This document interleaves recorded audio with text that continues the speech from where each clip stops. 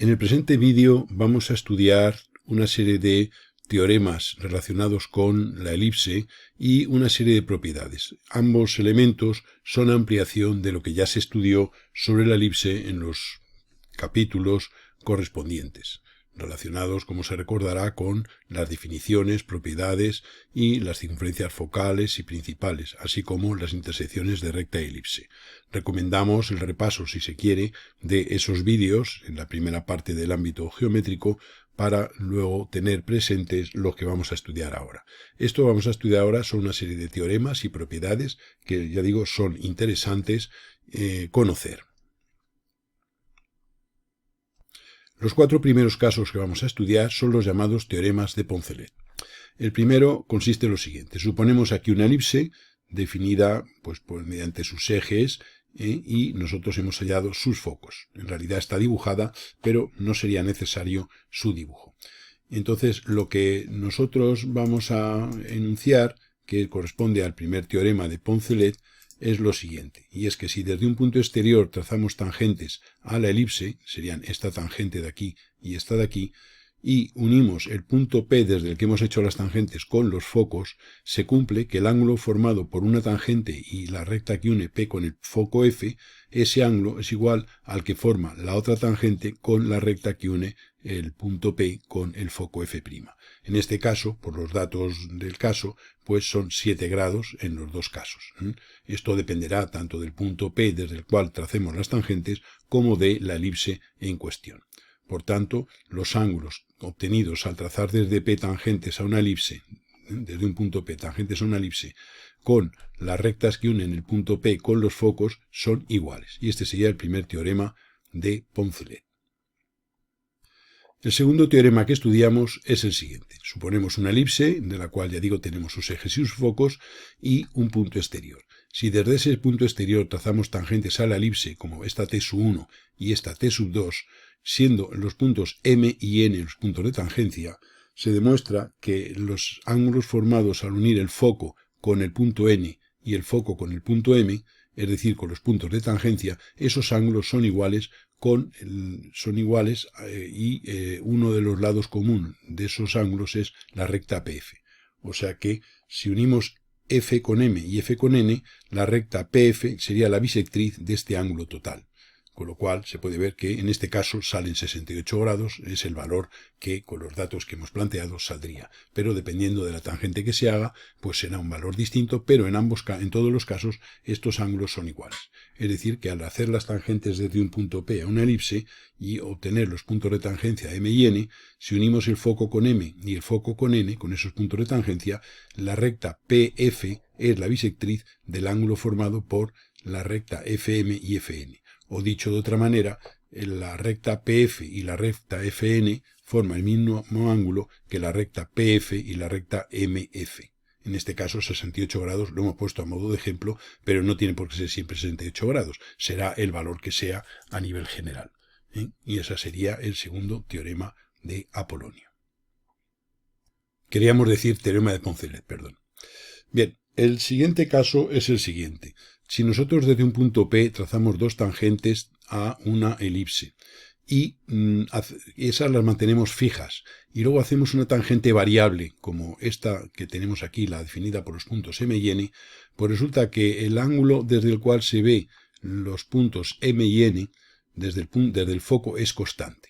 Sea cual sea la tangente, ese ángulo es constante. Insisto que este valor de 68 es el que nos ha salido en este caso, pero en general no tiene por qué ser ese valor. Dependerá de los datos de la elipse y del punto desde el que hagamos las tangentes. Es decir, que repito que si hacemos las tangentes desde un punto P a una elipse, tenemos este punto T1, este punto T2 de tangencia, y luego esas tangentes las consideramos fijas. Y ahora hacemos una serie de tangentes variables, es decir, distintas tangentes a la elipse, como esta que tenemos aquí en esta recta.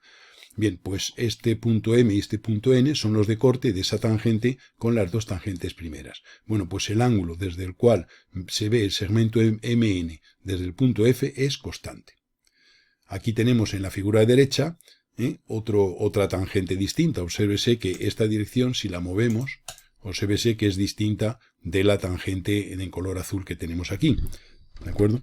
Y entonces vemos que esta tangente azul, tenemos las dos tangentes primeras con los mismos datos inicialmente, hacemos una nueva tangente en color azul distinta, sacamos un punto M y un punto N azul de corte con las dos tangentes fijas y observamos que el ángulo formado al unir F con M y con N, que son los puntos de corte de esa tangente variable con las dos tangentes fijas, ese ángulo sigue siendo constante. Insisto que el valor 68 es un caso concreto para estos datos de partida.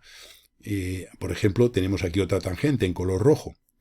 Bueno, pues hemos prolongado la tangente esta primera, hemos prolongado la segunda, tenemos aquí un punto M y un punto N rojo, y al unir F con esos dos puntos, tenemos este ángulo que su suplementario serían los 68 que venimos comentando, dado que esto es en la parte simétrica de la figura. Este sería el suplementario de 68. Y obsérvese que la prolongación de esta línea y la prolongación y esta propia línea forma aquí los 68 que son los mismos de aquí. ¿De acuerdo? Este sería el tercer teorema de Poncelet. El cuarto teorema consiste en lo siguiente. Si tenemos una cuerda focal que se llama en la elipse, que es la cuerda que pasa por su centro. Recuérdese que diámetros son aquellos que pasan por el centro de la cónica y cuerdas son los segmentos producidos al cortar la elipse por una secante cualquiera que no pase por el centro. Pues supongamos que esto es una cuerda focal. Entendemos por cuerda focal aquella que pasa por el foco. Y tenemos aquí el punto M y el punto N, que son los extremos de esa cuerda. Si hacemos la tangente a la elipse en el punto N y hacemos la tangente a la elipse en el punto M, esas dos tangentes se cortan en un punto P que, unido con F, forma aquí 90 grados. Es decir, que ese punto P se encuentra en la perpendicular a la cuerda focal elegida, trazada por el foco. El punto P de corte de esas dos tangentes se encuentra en la perpendicular trazada por el foco a la cuerda focal MN. ¿De acuerdo? Y ese sería el cuarto teorema de Poncelet. Esta figura que presentamos es la que corresponde al llamado teorema de Apolonio, primer teorema de Apolonio. Consiste en lo siguiente. Supongamos una elipse, como la que tenemos aquí en la figura, tenemos aquí su eje mayor, su eje menor, y este sería el rectángulo que envuelve a esa elipse, trazando tangentes a la misma por los extremos de los ejes. Si hubiéramos dibujado una pareja de diámetros conjugados, recordamos o recomendamos que se repase el concepto de diámetro conjugado, y hacemos las tangentes en los extremos de esos diámetros conjugados, este teorema de Apolonio lo que dice es que las superficies del rectángulo que tenemos y del paralelogramo obtenido con los diámetros conjugados, esas superficies son iguales. Si este rectángulo lo trasladamos aquí y este paralelogramo lo trasladamos aquí, lo que dice el teorema es que la superficie de este rectángulo es idéntica a esta otra superficie del paralelogramo, sea cual sea la pareja de diámetros conjugados. O sea que nosotros hallaríamos un diámetro, obtendríamos su conjugado y hallaríamos a continuación las tangentes en los extremos de esos diámetros, y se forma entonces este paralelogramo. No tiene por qué ser un rombo, dado que estos diámetros no tienen por qué ser iguales. Y el teorema dice que la superficie son equivalentes, las figuras son equivalentes, tanto el rectángulo como cualquier paralelogramo obtenido al haber trazado una pareja cualquiera de diámetros conjugados. El segundo teorema de Apolonio dice que si nosotros tenemos los ejes de una elipse A y B y una pareja de diámetros conjugados A' y B', se cumple que la suma de los cuadrados de los ejes es igual a la suma de los cuadrados de esa pareja de semidiámetros conjugados. O sea, la suma de la pareja de los semiejes. Semieje A y el semieje B al cuadrado es igual a la suma de los semidiámetros conjugados. A cuadrado prima más B cuadrado prima. Que esa suma es constante, sea cual sea los diámetros conjugados elegidos. Este diámetro tiene por conjugado este. Obsérvese que sabemos que un diámetro es conjugado de otro. Podemos esto, por ejemplo, ponerlo aquí a continuación si se quiere, para tener el diámetro completo. Y podemos también poner esta otra mitad aquí a continuación. Nos hemos obtenido siguiendo la teoría general dentro del estudio de la elipse, pues observamos que si yo tengo este diámetro, las tangentes en los extremos de ese diámetro son paralelas al conjugado. Si yo tengo este diámetro, las tangentes en los extremos de ese diámetro son esta línea y esta línea, resultan paralelas al conjugado. Y viceversa, si yo hiciera las tangentes a estos dos. O sea que si yo hiciera aquí la tangente en este extremo y la tuviera aquí, y ahora si tuviera aquí este y los trazar aquí, estos serían las... Entonces un diámetro es conjugado de otro cuando las tangentes en los extremos de uno son paralelas al conjugado. También la propiedad fundamental, aprovechamos para decirlo, de los diámetros conjugados es que si nosotros trazamos cuerdas paralelas a un diámetro, los puntos, vamos a recortar aquí lo que es este tramo, vamos a borrar este tramo y este tramo, pues resulta que los puntos medios de esas distintas cuerdas están alineados según el diámetro conjugado. O sea, si yo tengo este diámetro y hago una serie de cuerdas paralelas a él, los puntos medios, haría por ejemplo una segunda cuerda, por ejemplo, estas son las definiciones que se recomienda repasar en la teoría de elipses. Y aquí hago otra cuerda paralela a ese diámetro inicial y eliminamos los elementos que, esta parte que nos sobra aquí y esta parte que nos sobra aquí, pues este punto es el punto medio de este segmento. Este punto es el punto medio de este segmento. Bueno, pues todos esos puntos medios están alineados según el diámetro conjugado. Esa era la definición. Aprovechamos esta idea pues para repasarlo. Y entonces, bueno, pues de alguna manera tenemos este segundo teorema de Apolonio, y es que los cuadrados, la suma, el semieje mayor al cuadrado más el semieje menor al cuadrado es igual al semidiámetro al cuadrado más el semidiámetro conjugado al cuadrado. Daría igual poner ejes en vez de a al cuadrado, 2a al cuadrado y 2b al cuadrado, porque aquí también esto iría multiplicado por 2. Otra propiedad interesante es que si nosotros tenemos los ejes de una elipse y hacemos este rectángulo cuyos lados son tangentes a los extremos de cada eje a la elipse, si hacemos las diagonales de ese rectángulo, resulta que en esas diagonales se encuentra una pareja de diámetros conjugados cuyas medidas son iguales. Este es el único caso en que las medidas de una pareja de diámetros conjugados adquieren el mismo valor. En casos anteriores, aunque lo parecía, pero no, en realidad no lo eran. Entonces, en general, siempre que hallemos esta pareja tengamos los ejes de una elipse, que es cuando ya se sabe son perpendiculares, y hallamos las tangentes formando este rectángulo, si hacemos las diagonales de ese rectángulo, esas diagonales contienen a una pareja de diámetros conjugados, que son estos dos, y esa pareja de diámetros conjugados, sus medidas son iguales, cosa que, insisto, en otros casos no ocurre. En general, cualquier diámetro no tiene por asociado a un conjugado de igual medida. Esa es un poco la conclusión, y más salvo en este caso. Obsérvese que en este caso, al hacer las tangentes paralelas a los diámetros por sus extremos, se forma aquí perfectamente un rombo, cosa que en otros casos no ha ocurrido. Sabemos que un paralelogramo es un rombo cuando al trazar las diagonales estas forman 90 grados, cosa que ocurre con estas líneas de color rojo que acabamos de marcar, cosa que en otros casos cuando no sea rombo no ocurrirá. Véase el caso de la figura anterior, donde habíamos explicado esta parte del teorema de Apolonio, que en este caso, aunque aparentemente podría parecer un rombo, si nosotros hacemos las diagonales aquí en color rojo, observamos que no forman 90 grados, lo cual implica que la medida de este lado y la de este otro son distintas. Podemos, no obstante, hacer la comparación poniendo simplemente las dimensiones de esos lados. Por ejemplo, obsérvese que este lado mide 154,7 y este 161,5, lo cual significa que no es un rombo, sino que es un paralelogramo, y eso lo hemos verificado simplemente habiendo hecho las diagonales y habiendo verificado que este ángulo no es de 90 grados.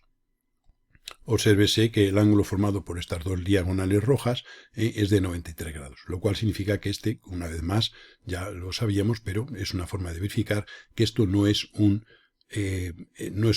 rombo, sino que es un paralelogramo. En esta figura tenemos una tangente a una elipse en un punto de tangencia T, siendo este punto M el pie de la perpendicular trazada desde T hacia el eje mayor. Bueno, pues se cumple que la medida OM multiplicado por OP es igual a la medida A cuadrado, al eje mayor, al semieje mayor al cuadrado. O sea que al hacer la tangente tenemos aquí un punto Q, un punto P de corte de esa tangente con el eje menor prolongado y el eje mayor prolongado. Si desde este punto de tangencia bajamos una perpendicular y tenemos este punto M, pues se cumple que el producto del segmento OM por OP es igual al cuadrado del semieje mayor. Esta es otra propiedad. Son propiedades que pueden ser de interés a la hora de resolver cierto tipo de problemas. Por eso las estamos enunciando. Puede convenir tenerlas presentes, puesto que en un momento determinado, pues basándonos en una de estas propiedades, podemos dar con el proceso gráfico de resolución de un caso planteado. Aquí tenemos otra propiedad interesante. Tenemos nuevamente una tangente a una elipse en un punto T. Tenemos un diámetro A', tenemos su diámetro conjugado, supongamos que este es el conjugado, y el semidiámetro, el conjugado, y este M es el corte de la tangente con el semieje menor, y este N es el corte de la tangente con la prolongación del eje mayor. Y entonces se cumple que MT por NT, el producto de este segmento por este, MT por NT, es igual a B' cuadrado, es decir, es igual al cuadrado del semidiámetro conjugado del diámetro A'. O sea, esto es la tangente en un extremo de un diámetro. Este A', obsérvese que nosotros sí, aquí simplemente la prolongamos, y esta línea es paralela a esta, evidentemente. Entonces, esta sería la dirección del diámetro conjugado. O sea, al haber hecho esta tangente, tendríamos eso. Y entonces se cumple que esta tangente corta en un punto, esta tangente cualquiera en un punto T, corta la prolongación del semieje menor en M y al semieje mayor en N.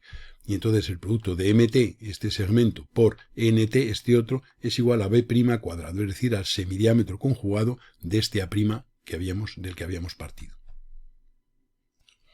A continuación volvemos a tener una elipse. Como se puede ver, en todos los casos hemos dibujado la elipse pues para tener una idea clara de, digamos, el proceso, pero en realidad no hace falta dibujarla, puesto que nosotros, si queremos trazar tangentes a una elipse desde un punto exterior, en los vídeos básicos de la elipse, que ya se presentaron tiempo atrás, en esos vídeos se explica el procedimiento para dibujar las tangentes exactas sin necesidad de dibujar la elipse, cuando, por ejemplo, esa elipse está definida mediante sus ejes. Entonces, hacemos el dibujo, ya digo, pues para que quede más clara la imagen y nos quede en el recuerdo la propiedad. Entonces, si desde el punto P cualquiera trazamos dos tangentes T1 y T2 minúsculas a una elipse, siendo T1 mayúscula el punto de tangencia y T2 mayúscula el punto de tangencia, este segmento MN es tal que su punto medio M, si se une con P, esa recta PM pasa por el centro de la elipse. O sea que si al trazar las tangentes a una elipse desde un punto exterior P, tenemos los puntos de tangencia T1 y T2 y tomamos el punto medio de ese segmento T1, T2, la recta que une P con M pasa por el centro de la elipse. Esto nos puede servir para, en un momento determinado, poder determinar ese centro habiendo definido varias tangentes y los puntos de tangencia. Entonces, de aquí ya digo que se nos pueden ocurrir ideas de aplicación de estos teoremas o de estas propiedades para resolver ciertos tipos de casos. La siguiente propiedad es la siguiente. Tenemos una tangente cualquiera a una elipse dada. Si desde los focos trazamos perpendiculares a esa tangente, se obtienen dos puntos M y N, de modo que el producto de FM, es decir, la distancia del foco a este punto, multiplicado por F'N, es decir, esta distancia, esto adquiere un valor constante en esa elipse, sea cual sea la tangente. Si hubiéramos trazado otra tangente, al hacer desde los puntos F y F' perpendiculares a dicha tangente, pues los productos de esos segmentos darían un valor constante. Recuérdese que estos puntos M y N son los pies de las perpendiculares, que significa que son puntos que pertenecen a la llamada circunferencia principal. Recuérdese que la circunferencia principal era el lugar geométrico de los pies de las perpendiculares trazadas a las tangentes desde los focos. O sea que esto sería la propiedad, digamos, fundamental, que ese producto de Fm por Fn, por F'N, da un valor constante. Ya digo que esos M y N pertenecen a la circunferencia principal, que es la propiedad, digamos, que se estudiaba en su día dentro de la elipse.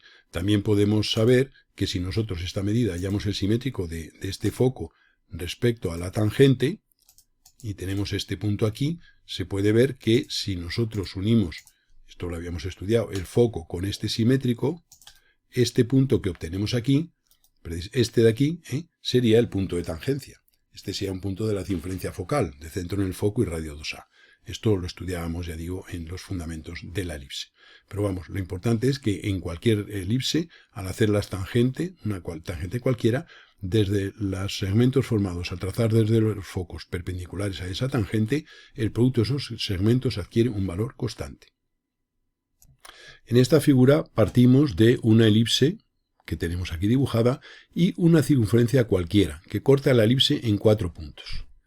Bueno, pues resulta que al unir esas parejas de puntos, al unir los extremos opuestos de ese cuadrilátero que se ha formado, se obtiene este punto, y uniendo estas dos se obtiene este punto.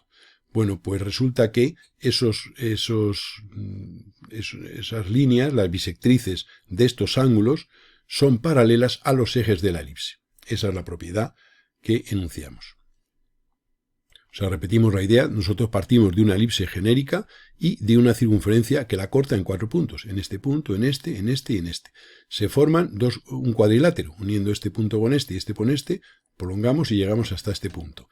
Y prolongando estos dos, prolongamos y tenemos este punto. Bueno, pues la bisectriz de este ángulo, que es esta recta, resulta paralela a este eje.